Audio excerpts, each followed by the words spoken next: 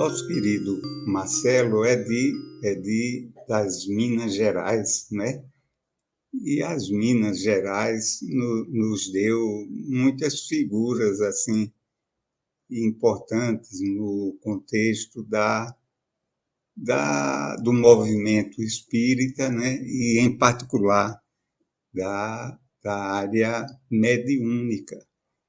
E o Marcelo vai trazer para nós algumas considerações, algumas apreciações sobre a vida e a atuação de um médium que é pouco conhecido aqui, pelo menos por mim, que é o Enio Wendling, que teve uma atuação assim muito eficaz, muito empenhada no amor e no bem.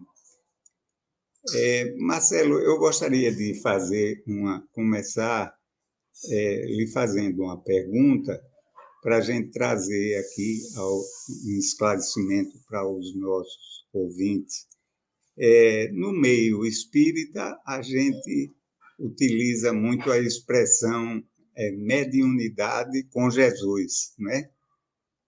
A gente faz muita referência, inclusive no sentido de orientação, né, a todos nós, para que aqueles que têm uma mediunidade ostensiva a exerça segundo os princípios da doutrina espírita e que estão fundamentados no Evangelho de Jesus.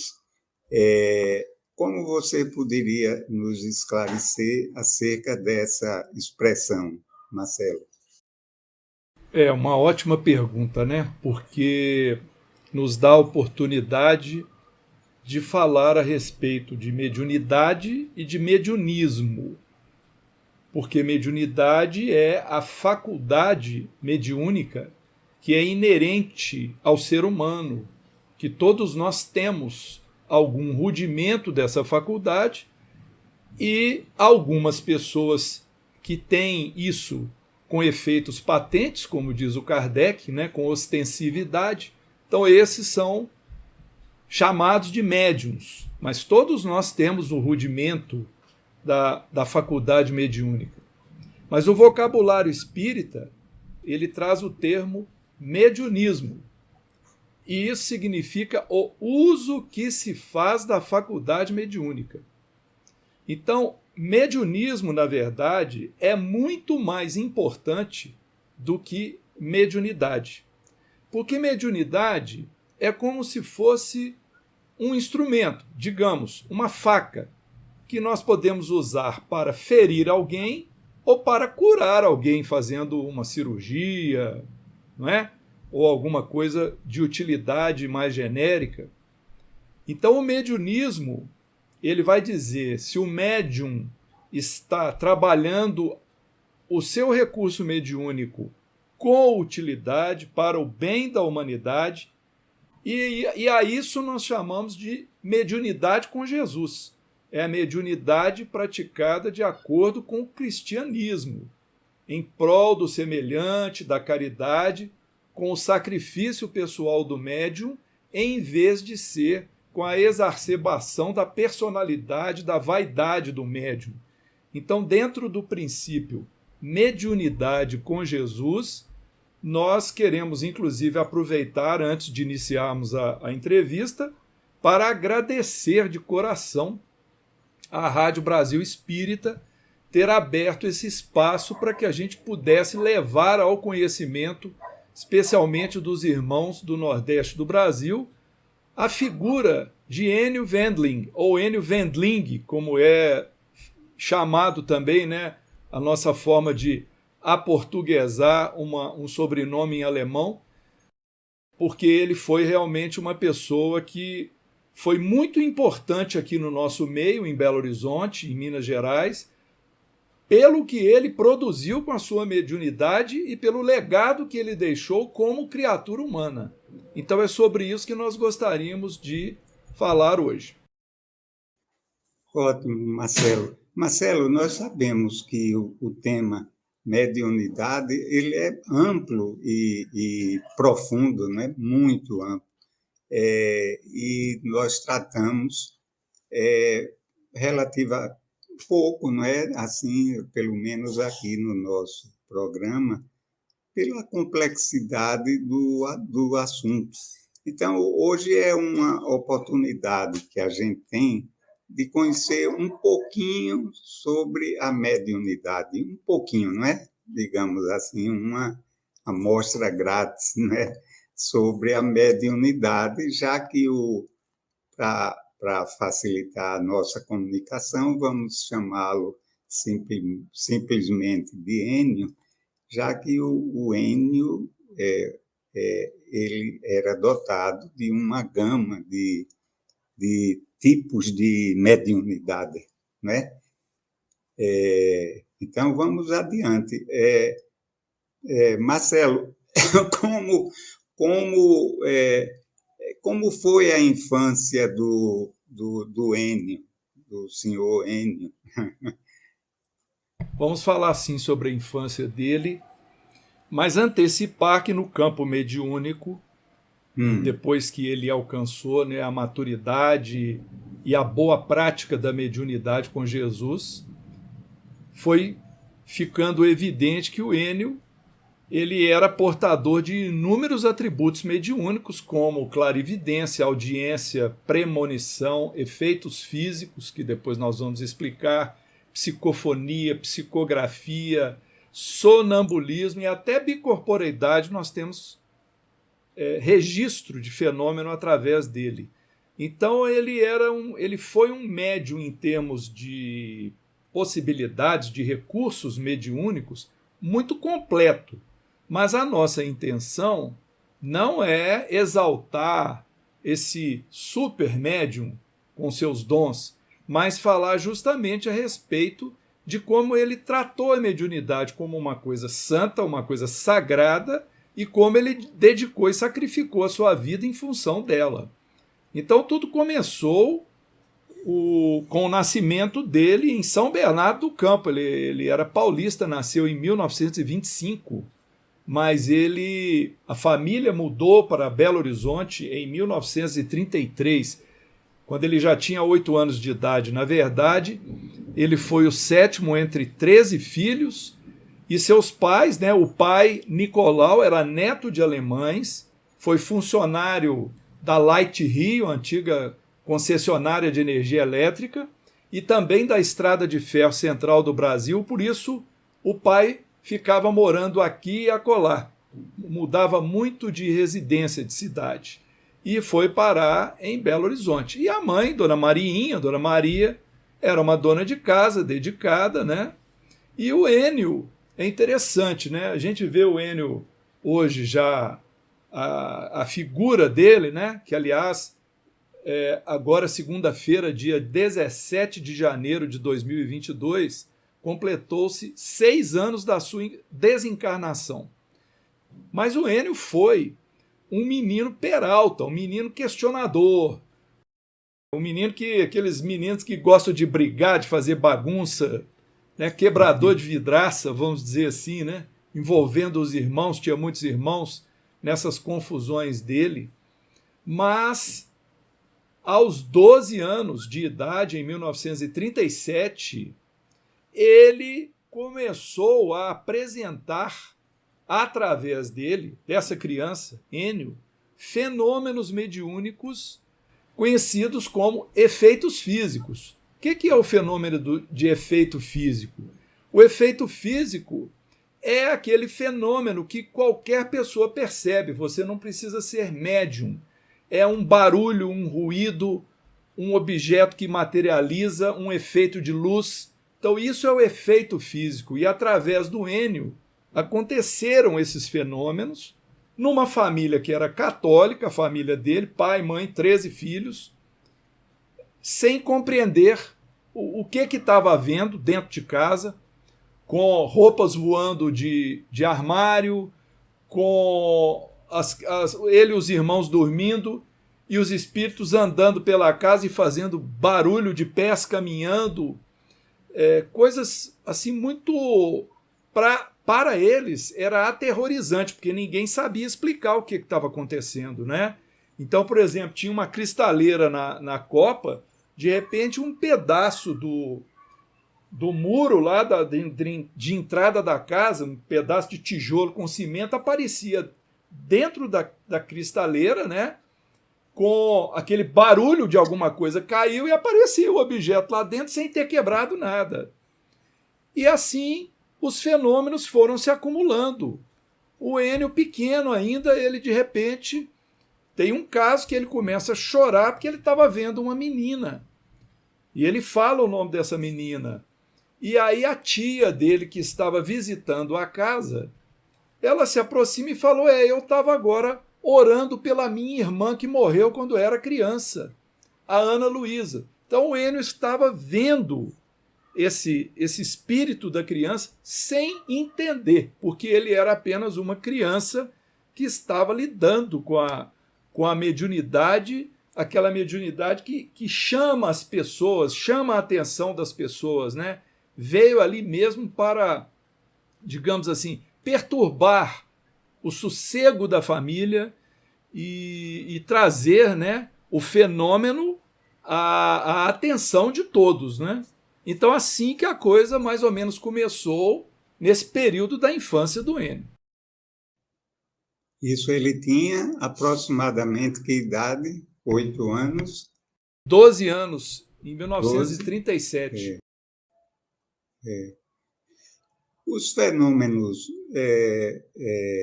os fenômenos mediúnicos de efeito físico, eles foram muito mais intensos no passado, né? Utilizado, como você bem mencionou, para chamar atenção, despertar para o fenômeno, para a fenomenologia em si, e daí a gente galgar outros campos, não é? De observação e de aprendizado. Não é? Hoje, os fenômenos mediúnicos eles são muito mais de efeito intelectual, né? Eles são muito mais intelectuais, não é isso? Sim, sem dúvida. Houve aqui no Brasil, né, de onde a gente tem conhecimento, começou ali por volta de 1948, 1949, em Belo Horizonte, pelo menos, que a gente tem o registro, e durante 5 anos, pelo menos, tudo registrado em ata, que nós tivemos oportunidade de consultar, se verificou uma, vamos dizer assim, uma profusão de fenômenos de efeitos físicos, e nesses fenômenos o Enio esteve presente como jovem. Nós ainda não comentamos, não saímos da infância dele para a juventude, mas apenas para adiantar o tema fenômenos de materialização de efeitos físicos, a gente gostaria de mostrar aqui 2 livros que tocam nesse assunto, que é o Materializações Luminosas, depoimento de um delegado de polícia, do Rafael Américo Ranieri, e um com o título parecido, Materializações Luminosas, Leis Cósmicas em Ação, do Dante Labate.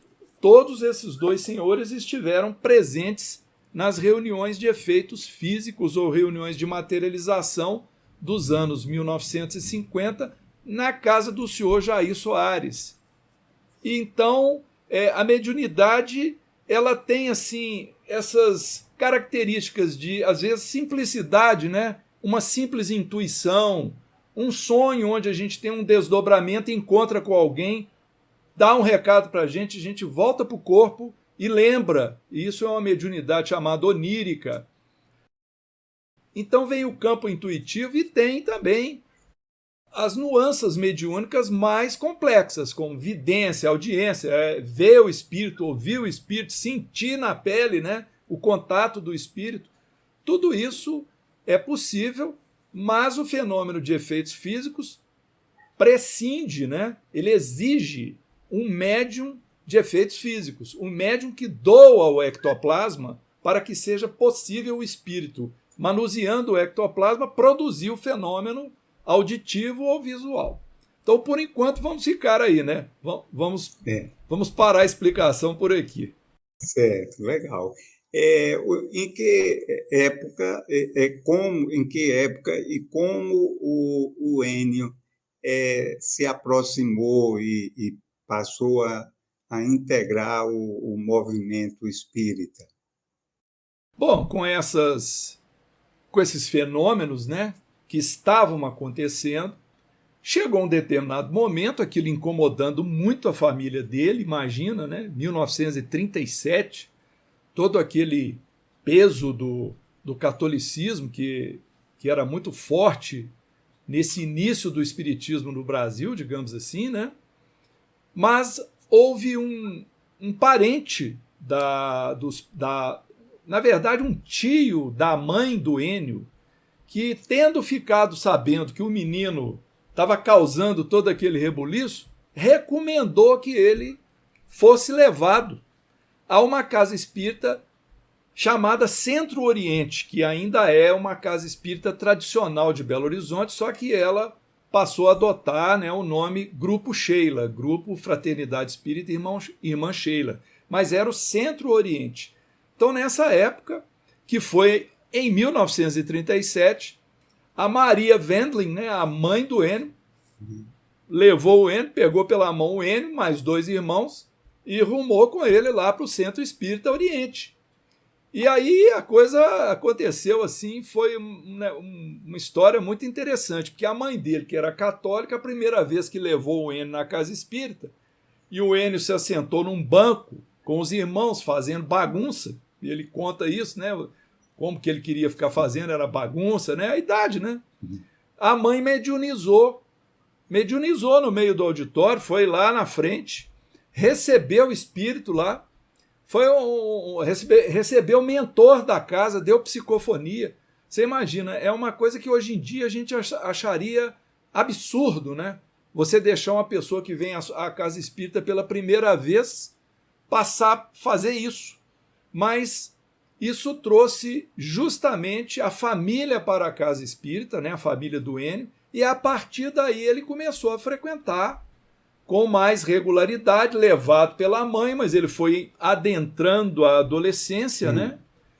E até que chegou um ponto que ele começou a frequentar, vamos dizer assim, por conta própria. Ele já não precisava mais da mãe, ele foi ficando, vamos dizer assim, já independente, e até que ele alcançou uma certa maturidade e a mediunidade dele começou a se despontar dentro daquela casa espírita e passou a ser respeitado pelos mais velhos lá da casa, né, pelos coordenadores.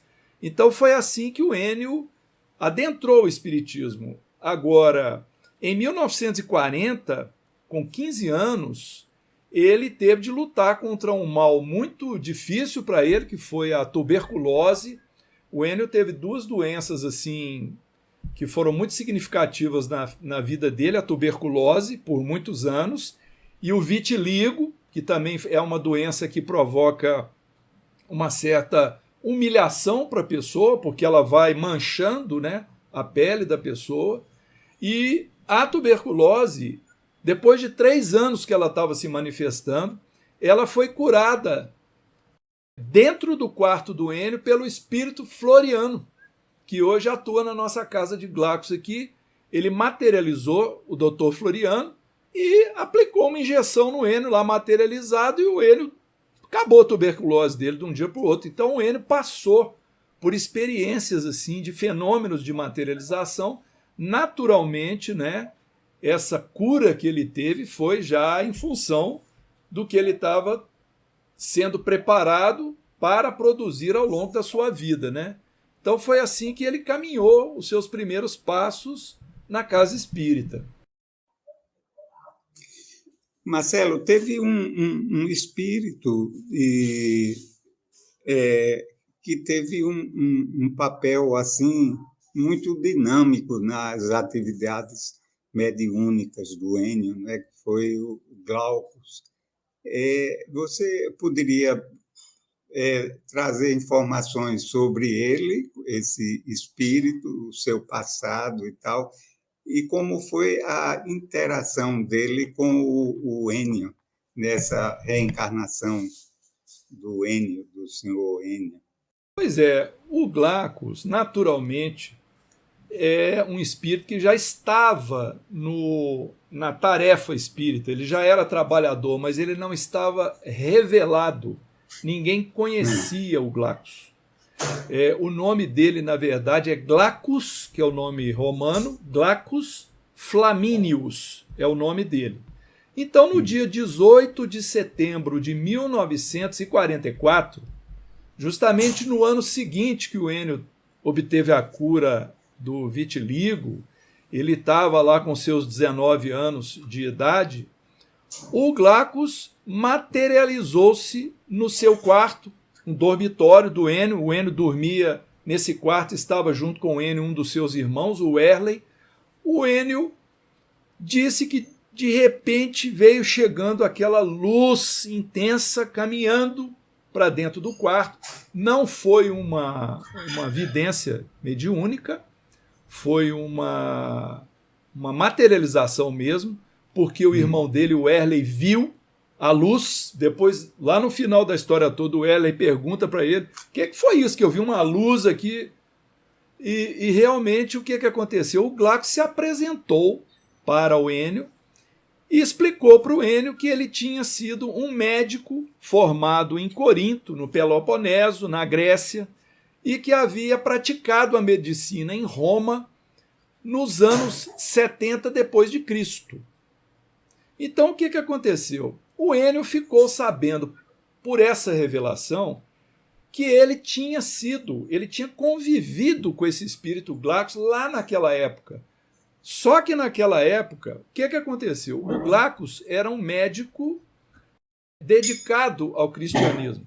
O Glacos explicou que por ele fazer a caridade, na verdade, não foi bem o Glacos que falou isso no dia desse encontro. Depois dessa revelação, veio para o Enio através do Zé Grosso. O Zé Grosso é que explicou para ele que o Glacos praticava a caridade na medicina. Ele atendia mendigos, ele atendia pessoas mais pobres. E isso irritou a classe médica da época. Então fizeram um complô para matá-lo. E o Enio estava nesse complô. O Enio foi um dos que ajudou a assassinar o Glacos.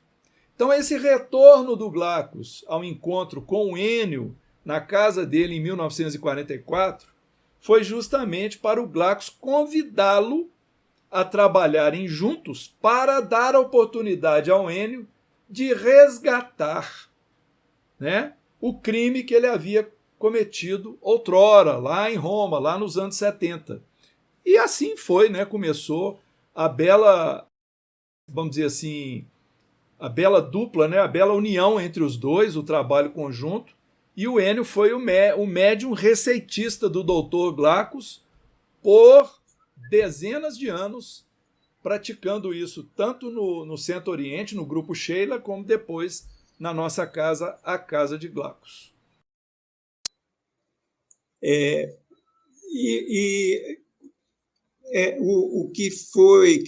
O que acontecia nessas reuniões de materialização dos anos 50? A gente lembra aqui que o nosso querido Chico também ele participava de reuniões de materialização, né? Depois o Emmanuel recomendou ao Chico que ele parasse com essas reuniões, né? Porque não era o foco da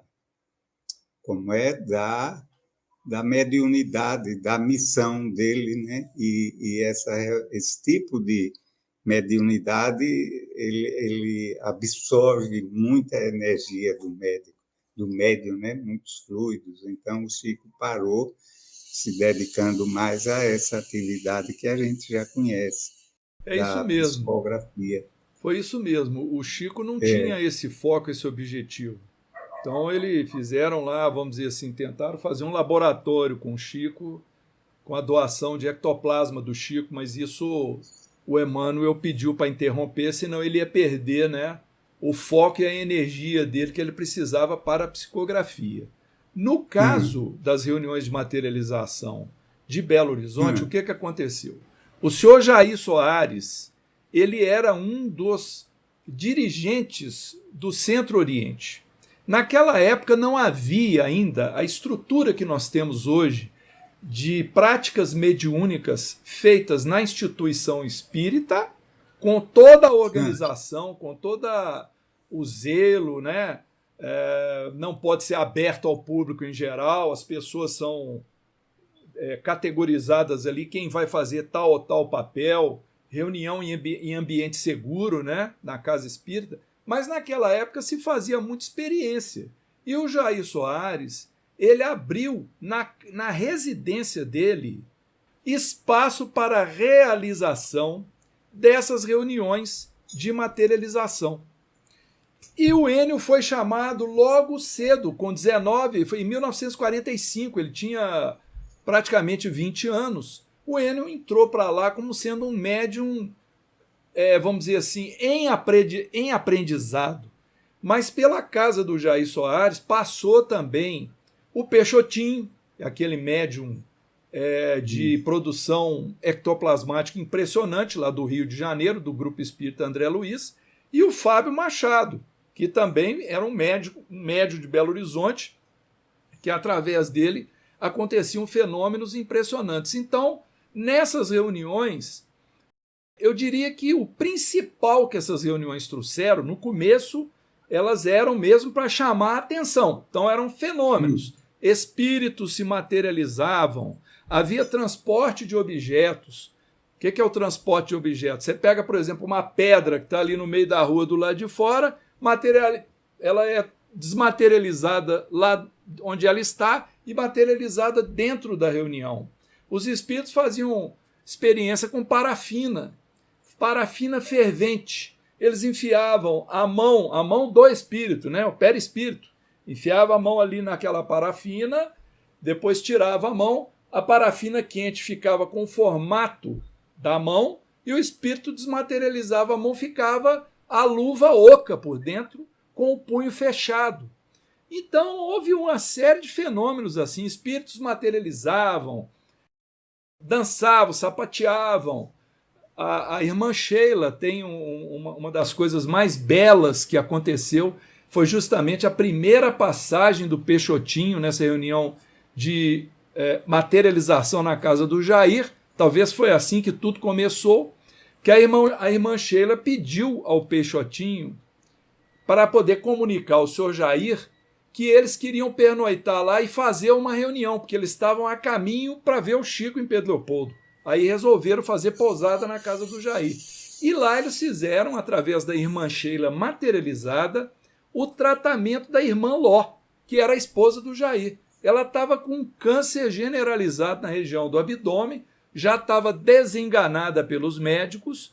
O filho dela, o Edson Soares, conversou comigo, me explicou como é que estavam todos tristes, porque ela estava para desencarnar.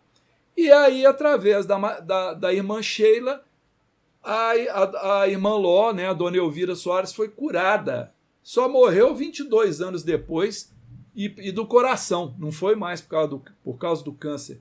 Então, essas materializações, elas trouxeram esses fenômenos à tona, né, e revelaram espíritos como Sheila, Joseph Kleber, Fritz Schein, Eric Wagner, e também participava, não em materialização, mas participavam dessas reuniões o André Luiz, Clarencio, Calimério.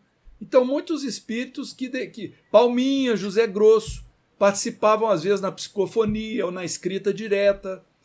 Eles todos fizeram parte desse movimento espírita para trazer, né, chamar a atenção das possibilidades, dos recursos do campo espiritual para nós aqui. E o Enio estava lá, começou como um jovem aprendiz, depois o Peixotinho passou, o Fábio Machado passou, os fenômenos eram todos com o Enio.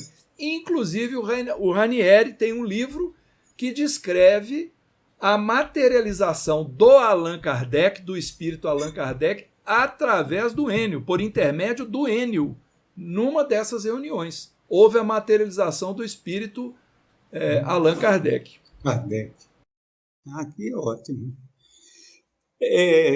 Marcelo, olha, esse assunto abre muito, né, assim, um leque de considerações, de comentários, mas a gente tem que se cingir mais ao Enio, né, e o tempo passa muito rapidamente.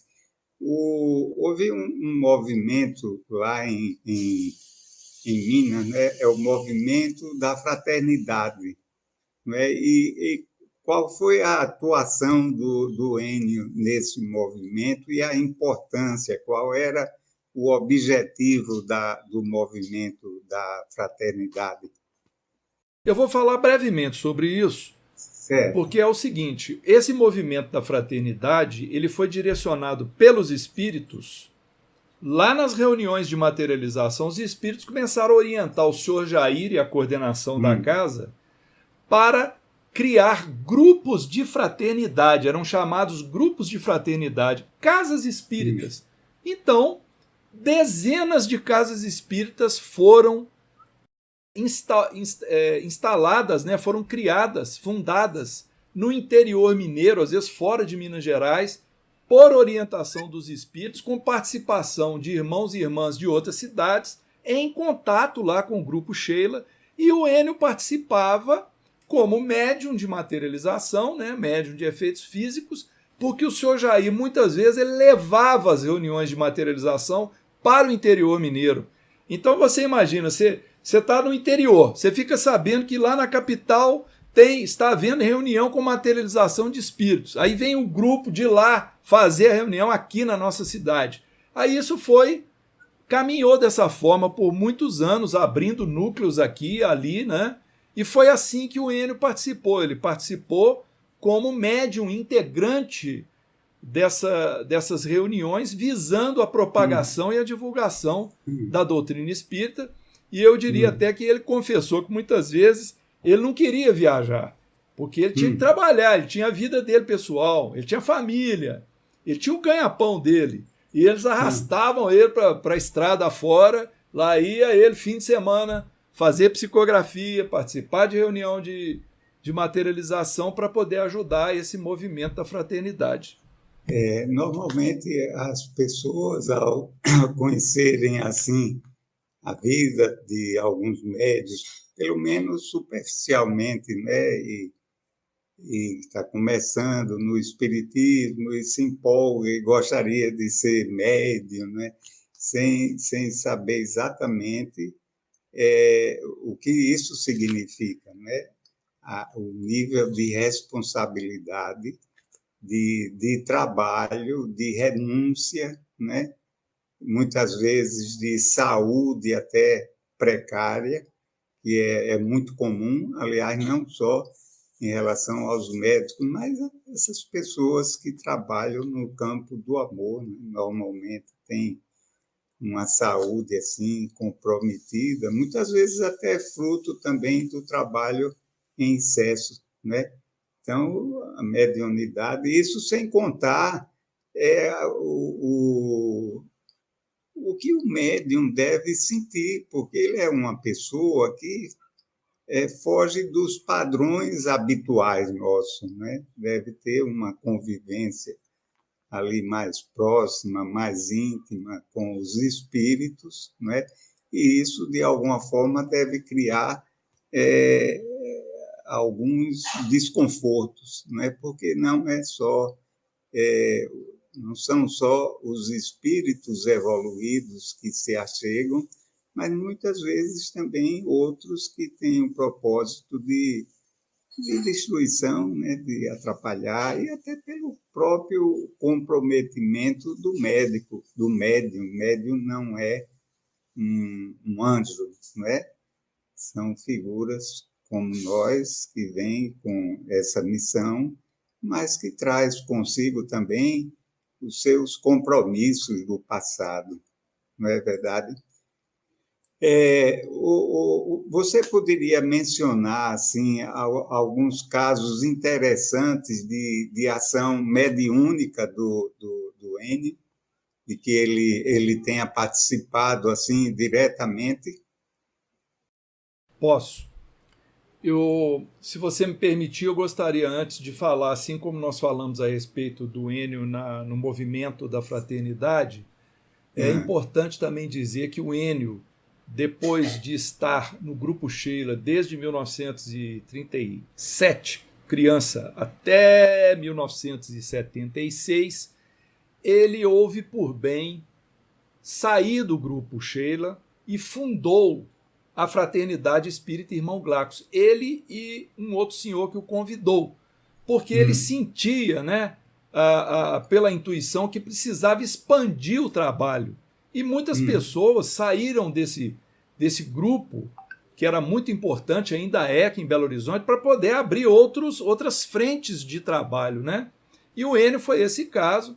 Então, em 1976, ele se desvinculou do Grupo Sheila, fundou a Fraternidade Espírita Irmão Glaucus, e lá ele exerceu até a sua desencarnação, não vou dizer até o último ano, porque algum tempo antes ele já estava muito idoso, então a mediunidade foi perdendo, né, vamos dizer assim, o vigor, e ele estava com a saúde abalada, mas nos anos que ele conseguiu produção mediúnica, foi impressionante. Ele fazia psicografia 2 vezes por semana à noite de receituário mediúnico ditado pelo Glaucus.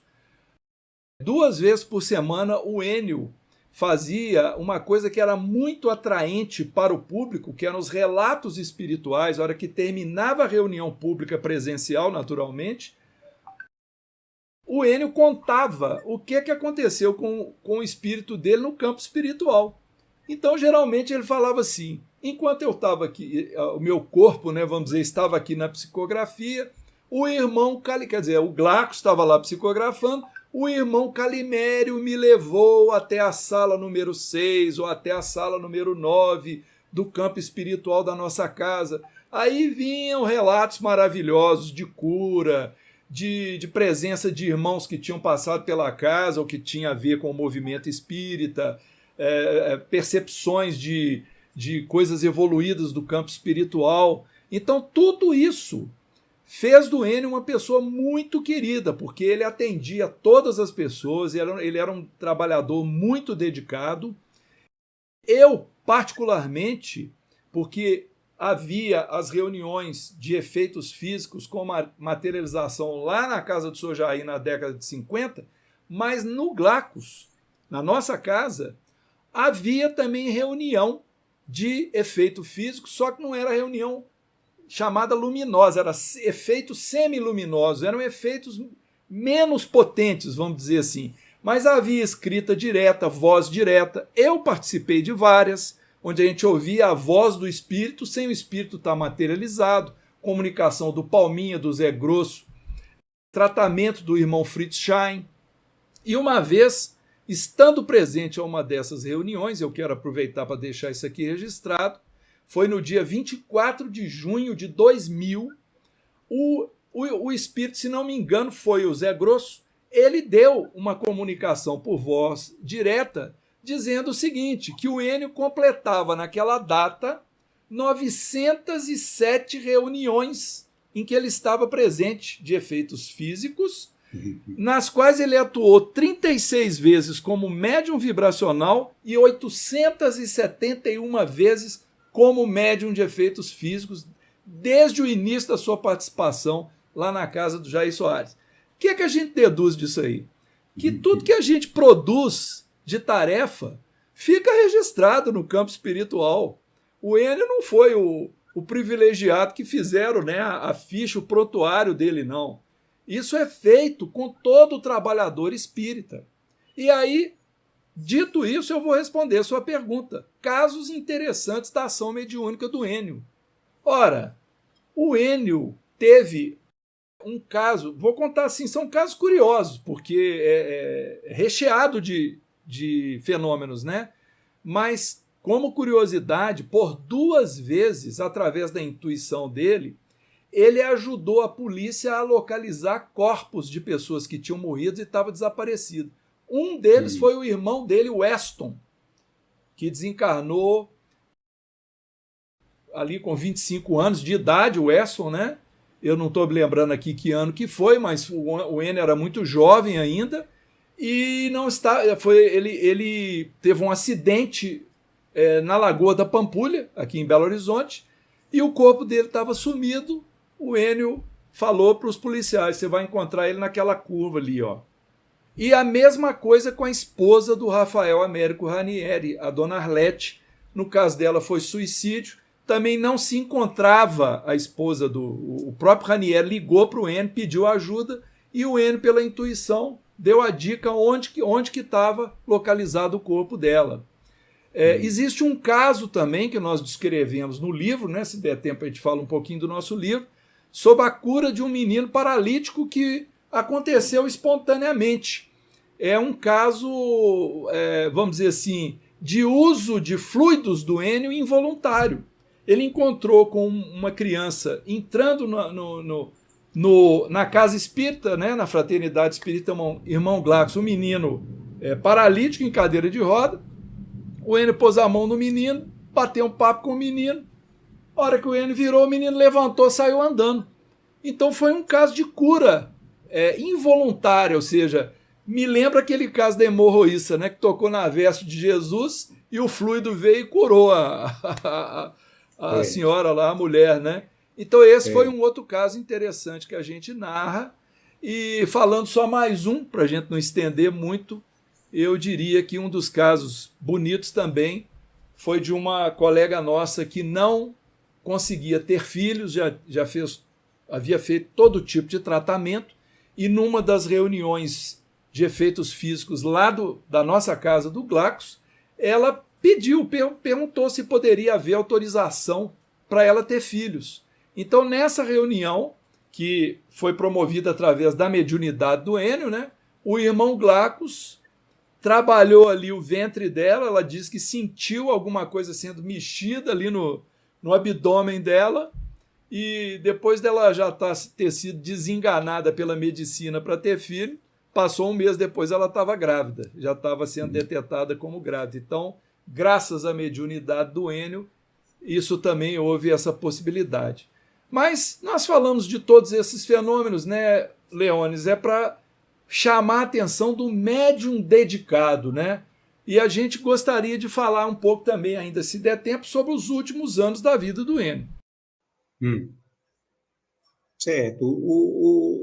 Como a gente ainda tem aqui 15 minutos, como foram os últimos anos da atividade do Enio na presente reencarnação? Pois é, então, como nós dissemos, é comum, né, que como a mediunidade está ligada a um atributo orgânico, um atributo do corpo físico de algumas pessoas, à medida que o Enio foi ficando muito maduro, muito velho, digamos assim, de idade física, ele começou a perder alguma, vamos dizer assim, sensibilidade mediúnica com aquela situação dele. O Glacos, o que fez? Orientou que ele se afastasse da tarefa como médium psicógrafo, porque ele era ali extremamente dedicado. Então, para preservar o limite das forças dele, ele foi afastado. Mas ele, como médium intuitivo, médium de desdobramento, ele continuou atuando de uma forma impressionante. Então, um fenômeno que aconteceu com o Enio nessa etapa da sua vida, que foi muito interessante, é o sonambulismo mediúnico e o sonambulismo anímico. O que era isso? O sonambulismo mediúnico, ele veio mais cedo. As pessoas iam até a casa dele para visitá-lo, para dar passe, alguma coisa assim, e ele recebia psicofonia de mentores, de entidades, só que enquanto estava dormindo, ou seja, o pessoal chegava, ia dar um passe nele, o Enio dormindo, de repente ele começava a fazer a psicofonia de espíritos como, por exemplo, o Clarencio, aquele ministro de nosso lar, é um dos espíritos que manifestou através do Enio. Mas o mais interessante é que mais tarde ainda, já bem assim velho, com muito problema de saúde, as pessoas que foram visitá-lo para dar passe toda semana para ajudar o tratamento dele nessa etapa de sua vida, elas diziam o seguinte, que o Enio ele adormecia na hora do passe, passavam uns minutos, ele mesmo falava pelo corpo dele, então era o sonambulismo anímico. O espírito dele desdobrado, livre de todas as peias do seu corpo físico, de todo constrangimento da enfermidade do próprio corpo físico, o Enio fazia uma comunicação maravilhosa, orientava o pessoal, palavras de ânimo, de carinho e tal. Então foi um fenômeno que eu vou te confessar que eu fiquei com inveja do pessoal, porque eu queria ter presenciado esse tal sonambulismo anímico, eu era doido para ver isso acontecer, e aconteceu com ele. Então, sobre o final da vida dele é o que a gente gostaria de falar. O Kardec faz referência, né, a essas formas de sonambulismo. Aliás, Kardec estudou exaustivamente o tema, né? Em tão pouco tempo, não é, Marcelo? Foi impressionante. O Kardec, a época do Kardec, ele fez um laboratório, ele experimentou de tudo, né? Ele fazia coisas que hoje em dia nós não fazemos, por exemplo, evocar espírito. Nós não fazemos evocação de espírito em reunião mediúnica, mas o Kardec precisava fazer. Ele tinha que experimentar o que era certo e o que não era bom, o que era errado de fazer. E o livro dos médiuns traz toda essa orientação para nós. É um tratado, não é? E lembrando o seguinte, que hoje a gente pega as coisas já assim, bastante esmiuçadas, já, né? Tudo detalhado, tudo bonitinho. E Kardec não, ele foi pioneiro, né? Veja só a importância, né? E a segurança dele em pegar tudo isso, organizar, catalogar, mostrar, pesquisar exaustivamente. Kardec realmente veio preparado para isso. E ele fez todo esse trabalho, isso que a gente está mencionando, né, em relação à mediunidade, mas não só isso, a organização da doutrina espírita, né? Kardec fez isso em 13 anos. Eu costumo dizer que em 13 reencarnações eu não sei se eu conseguiria escrever o primeiro parágrafo da introdução do Livro dos Espíritos. Quem sabe em 12 você consegue. Ô Marcelo, você organizou um livro biográfico, não é, do Enio, intitulado Enio Wendling. Qual foi mesmo o título? É esse aqui, ó, Enio Wendling, ou Wendling, pela Vereda Mediúnica. Isso. Esse livro é um livro de mais ou menos 360 páginas, um livro que ficou volumoso. Ele foi fruto de pesquisa durante 5 anos, na qual os biógrafos principais, além de mim, foi uma senhora amiga do Enio, a Marilda Boareto, que colecionou ao longo dos anos vasto material escrito e gravado em áudio do Enio. O irmão do Enio mais novo, que ele, 6 anos, o Vicente Wendling, o único irmão encarnado que ele tem ainda, então que pôde dar o testemunho, né, da veracidade dos fenômenos pelos quais o Enio passou e do trabalho que o Enio conduziu. E nós tivemos a oportunidade de ter acesso às atas das reuniões de efeitos físicos da década de 50. Mais de 600 folhas que nós consultamos e esmiuçamos, mostrando ali os fenômenos, as materializações, as coisas que aconteciam. Mostra, inclusive, os espíritos falando assim, agora chega de fenômeno de curiosidade, agora o negócio é para trabalhar, é para curar as pessoas. Então, esse direcionamento foi sendo dado aos poucos. Então, nós construímos essa obra que percorre toda a vida do Enio e, naturalmente, ela mostra o caminho, a trajetória de duas grandes instituições de Belo Horizonte. O Centro Oriente, depois o Grupo Sheila, posteriormente a Fraternidade Espírita Irmão Glaucus e também o Grupo de Fraternidade Espírita Irmã Ló, que é do Jair Soares, que era a residência dele, virou uma casa espírita também.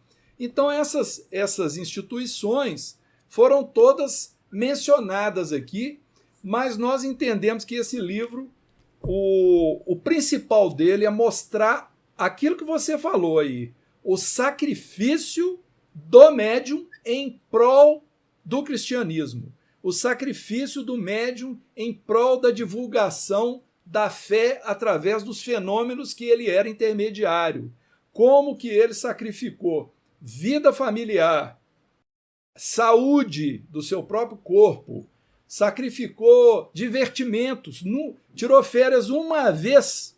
Nós temos foto dele na praia com os filhos, já as famílias dos filhos, já tudo constituído. Ele nunca foi para uma praia, ele nunca divertiu igual nós fazemos, né? Eu não sei como é que ele ia fazer se ele morasse em Maceió, né, com as praias maravilhosas aí de Maceió. Mas nós estamos aqui só fazendo uma brincadeira, mas querendo dizer o seguinte, o Enio foi, nesse ponto, ele foi muito assim como o Chico, né? O Chico também não teve momento de lazer, de diversão. Ele ficava só trabalhando, trabalhando, trabalhando. Foi o caso do Enio. Em contrapartida, quando ele desencarnou, ele encontrou, né, uma condição no plano espiritual invejável.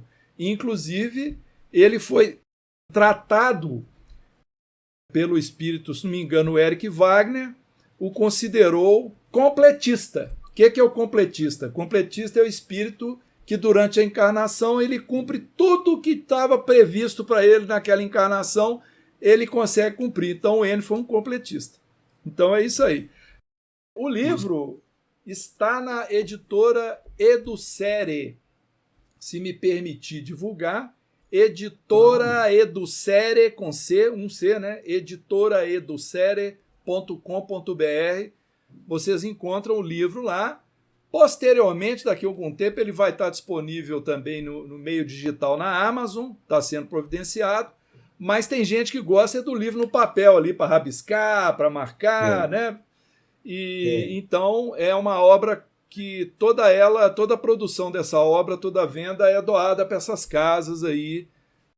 A gente dá um jeito de repassar. Na verdade, essas casas já têm os exemplares para serem comercializados. Muito obrigado pela oportunidade de divulgar aqui, viu? Não seja por isso. Nós vamos pedir lá ao pessoal da nossa instituição para que a gente tenha alguns exemplares dele na livraria, né? Inclusive, eu fui agraciado com um exemplar por um amigo. Ainda estou aguardando que o Correios me entreguem e com certeza vou ler assim em pouco tempo. Mas é isso, olha, a mediunidade é uma coisa fantástica, não é? Essa mediunidade exercida com Jesus, tendo como foco o amor, não é? A doação, a seriedade, a responsabilidade, não é? Que o médium com Jesus ele é humilde, né? Ele precisa é uma condição sine qua non, deixar a vaidade de lado, que, aliás, no nosso processo evolutivo, isso é de extrema importância, né? Se a gente não se despe do orgulho, do egocentrismo, isso atrapalha demais a nossa caminhada, né? Porque isso é incompatível com a evolução, com o amor, não é verdade? Nós tínhamos aqui... Só falar rapidamente um caso. Sim. Dizem que o Enio, às vezes, trabalhando o dia inteiro, com enfermidade, passando mal, ele tinha problema cardíaco e tal, às vezes tocava tocava o telefone de madrugada na casa dele. Eram pessoas querendo conversar com ele, querendo que ele ajudasse, e ele acordava, ia lá e atendia. Aí ele contava e as pessoas puxavam a orelha dele. Eu, Enio, mas para que você faz isso? É a hora do seu descanso. E a resposta que ele dava era a seguinte: é a hora que estão precisando de mim.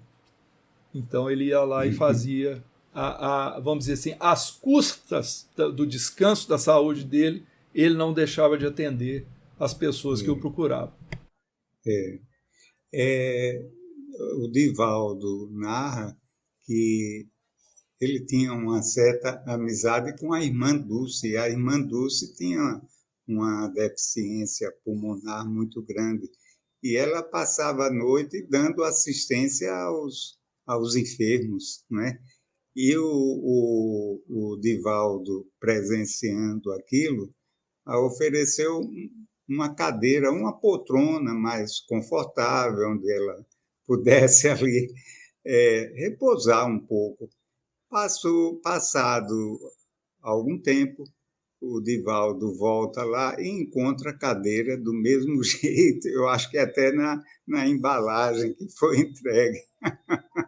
E ele perguntou, oi, irmã Dulce, não utilizou a cadeira? Ela disse, não, meu filho, se eu for repousar nessa cadeira, como vão ficar os meus assistidos? Né? Então é isso, essa turma trabalha arduamente e eles encontram nisso daí, no amor, né, a força, a determinação, a felicidade, né? Ô Leones, eu acho que ficou claro, eu espero, que o objetivo nosso não foi apresentar um novo mito mediúnico, um novo ídolo mediúnico, mas apresentar uma criatura que, pelo trabalho que ela desenvolveu e a postura que ele teve perante a mediunidade e na vida dele, possa servir de referência para os médiuns atuais. É esse que é o nosso real objetivo. Ótimo. E é importante que a gente tenha ciência disso, né, para nos estimular, né, nesse caminho. Sobre materializações, mencionando rapidinho, aqui em Maceió havia eu tenho uma pessoa muito séria que participou de algumas reuniões onde o médium se materializava, né? Só entrava nessas reuniões, nesse recinto, as pessoas convidadas e ele se materializava, conversava com as pessoas e às vezes materializava objetos, né, e dava de presente. E foi anunciado que esse trabalho dele tinha um período de duração relativamente curto. Aí ele convidou um amigo que era médico para assistir também a essa reunião, que era a do encerramento. E o auditório era assim um pouco comprido, ele sentou lá atrás com esse amigo. E o médium, ele se materializou com uma, uma corrente, não é? Um colar, uma coisa assim. E o amigo dele perguntou baixinho, que lá da frente não dava para ouvir. Disse, olha, será que aquela corrente ali é de ouro? E o espírito lá conversando e tal. Aí, quando terminou a conversa, ele veio, se aproximou, se curvou assim para a corrente ficar pendurada, né? Ele disse, olha, a corrente é de ouro, você pode pegar nela. Ele disse que ficou assim, né? E, no final, ele distribuiu como lembrança pedaços da veste dele. Interessante. E mais interessante ainda, para a gente ver a importância relativa dos fenômenos dos fenômenos de efeitos físicos, não é? Que eles não convencem as pessoas no sentido delas despertarem para a essência do espiritismo, que é a sua filosofia, né? Esse meu amigo, apesar de ser uma pessoa excelente, mas ele ficou simplesmente no fenômeno, não foi além disso. E era uma pessoa muito boa, era não, é. Marcelo, olha, infelizmente o tempo já se esgotou. A gente agradece de coração a sua participação, a sua contribuição. Agradecemos de coração a vocês e a todos os outros, não é, que não se manifestaram aqui, mas que estiveram na nossa audiência. Marcelo, muito obrigado. Que Jesus nos abençoe, né, sempre, nos dê força, né, para a gente prosseguir, acabar com um pouco do nosso egoísmo, da nossa... a gente sair um pouco dessa zona de conforto, né, e a gente prosseguir em direção ao amor, à luz, né? Ô, Leônidas, eu agradeço naturalmente, já agradeci um monte de vezes, vou agradecer novamente, não apenas o convite insistente de vocês para eu participar desse encontro, que eu acho uma beleza, e também a oportunidade de falarmos sobre a vida do Enio, né, a obra dele, divulgar o nosso trabalho. Isso realmente foi muito importante, não apenas para mim, mas para com a comunidade da nossa casa, para com os amigos, os familiares do Enio. Todos ficam felizes quando há essa oportunidade de divulgar esse tipo de assunto. Então, muito obrigado, viu? Obrigado a você pelo ensejo, viu? E esperamos que em breve você esteja aqui com a gente novamente. Um abraço, muita paz, viu? E que Deus nos abençoe sempre.